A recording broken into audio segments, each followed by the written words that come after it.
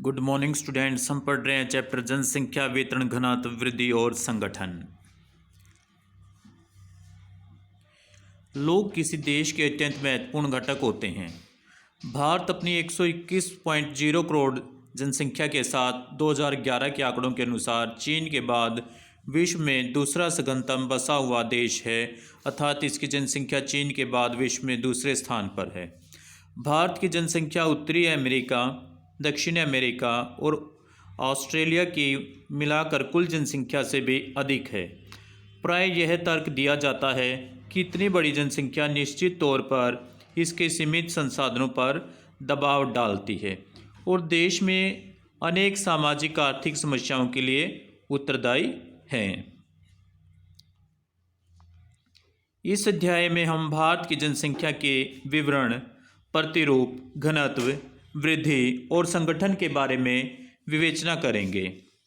जनसंख्या के आंकड़ों के स्रोत के अनुसार हमारे देश में जनसंख्या के आंकड़ों को प्रति 10 वर्ष बाद होने वाली जनगणना द्वारा एकत्रित किया जाता है। भारत की पहली जनगणना 1872 ईस्वी में हुई थी, किंतु पहली संपूर्ण जनगणना 1881 में संपन्न हुई थी। जनसंख्या का वितरण। जनसंख्या का वितरण जनसंख्या के स्थानिक वितरण के प्रतिरूपों के वर्णन का प्रयास चित्र 1.1 में किया गया है। उसे हम अभी देखेंगे। यहाँ पे ये जनसंख्या के वितरण का प्रतिरूप दर्शाया गया है।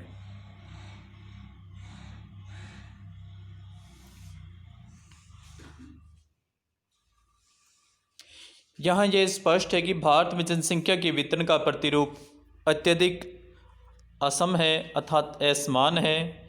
देश में राज्यों और केंद्र शासित प्रदेशों का जनसंख्या में प्रतिशत अंश दर्शाता है कि उत्तर प्रदेश की जनसंख्या सर्वाधिक है, सबसे ज़्यादा है। इसके पश्चात महाराष्ट्र, बिहार और पश्चिम बंगाल का स्थान आता है।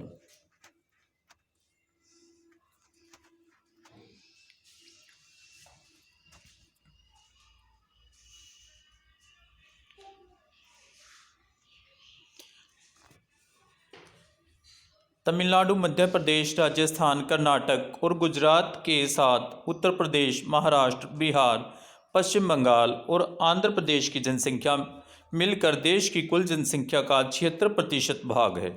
दूसरी ओर जम्मू और कश्मीर, अरुणाचल प्रदेश, उत्तराखंड जैसे राज्यों की जनसंख्या का आकार इनके विशाल भौगोलिक क्षेत्र के बावजूद अत्यंत छोटा है। भारत में जनसंख्या का ऐसा असम स्थानिक वितरण अर्थात असमान स्थानिक वितरण देश की जनसंख्या और भौतिक, सामाजिक, आर्थिक तथा ऐतिहासिक कारकों के बीच घनिष्ठ संबंध प्रकट करता है। जहाँ तक भौतिक कारकों का संबंध है, यह स्पष्ट है कि भूविन्यास और जल की उपलब्धता अर्थात भूमि की विविधता, भूखंडों की और जल की उपलब्धता के साथ जलवायु प्रमुख रूप से वितरण के प्रतिरूपों का निर्धारण करती है। परिणाम स्वरूप हम देखते हैं कि उत्तर भारत के मैदानों, डेल्टाओं और तटीय मैदानों में जनसंख्या का अनुपात दक्षिणी और मध्य भारत के राज्यों के आंतरिक जिलों, हिमालय, उत्तर पूर्वी और पश्चिमी कुछ राज्यों की अपेक्षा उच्चतर है। फिर भी सिंचाई के विकास के द्वारा राजस्थान में, खनिज एवं ऊर्जा संसाधनों की उपलब्धता झारखंड में और परिवहन जाल के विकास से प्रायद्वीप राज्यों के अंदर इन क्षेत्रों में जो पहले विरल जनसंख्या के क्षेत्र थे, वे अब जनसंख्या के मध्यम से उच्च संकेंद्रण के क्षेत्र हो गए हैं।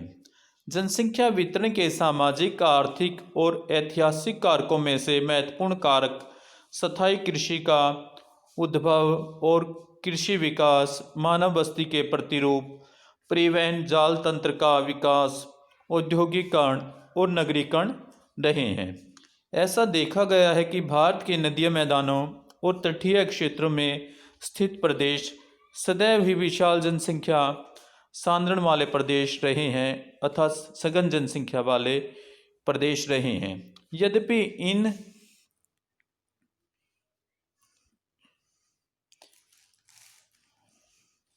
प्रदेशों में जमीन और जल जैसे प्राकृतिक संसाधनों में उपयोग के कारण निम्नीकरण हुआ है। फिर भी मानव बस्ती के आरंभिक इतिहास और परिवहन जाल तंत्र के विकास के कारण जनसंख्या का सांद्रण यहाँ पर उच्च बना रहा।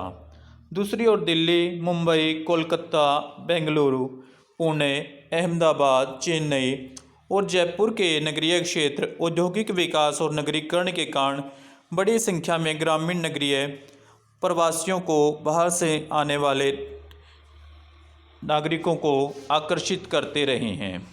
इसलिए इन क्षेत्रों में जनसंख्या का उच्च सांद्रण पाया जाता है।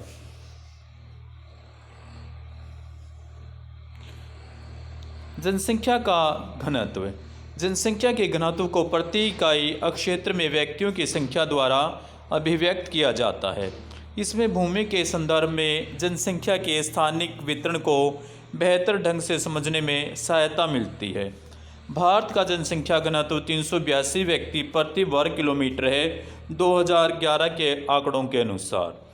1951 ईस्वी में जनसंख्या का घनत्व 117 व्यक्ति वर्ग किलोमीटर रहा उससे बढ़कर 2011 में 382 व्यक्ति प्रति वर्ग किलोमीटर होने से विगत 50 वर्षों में 200 व्यक्ति प्रति वर्ग किलोमीटर से अधिक की उत्तरोत्तर वृद्धि हुई है।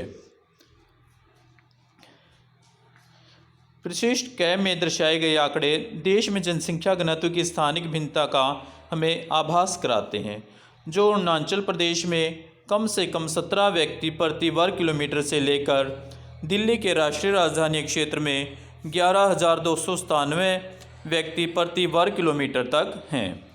उत्तरी भारत के राज्यों बिहार, पश्चिम बंगाल, उत्तर प्रदेश में जनसंख्या घनत्व उच्चतर है, जबकि प्रायद्वीप भारत के राज्यों में केरल और तमिलनाडु में उच्चतर घनत्व पाया जाता है। असम, गुजरात, आंध्र प्रदेश, हरियाणा, झारखंड, उड़ीसा में मध्यम घनत्व पाया जाता है।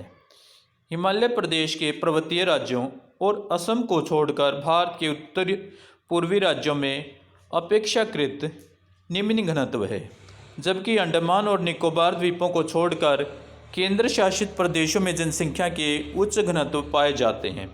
जनसंख्या का घनत्व, जैसे कि पहले के अनुच्छेदों में हम चर्चा कर चुके हैं, एक अशोधित माप है कुल कृषित भूमि अर्थात जिस पर कृषि की जाती है पर जनसंख्या के दबाव के संदर्भ में मानव भूमि अनुपात के बेहतर परिज्ञान के लिए कायिक और कृषीय घनत्वों को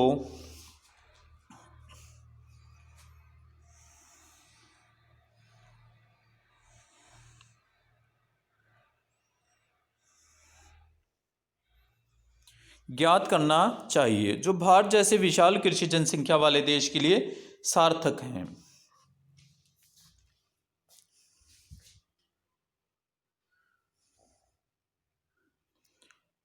ओके स्टूडेंट्स,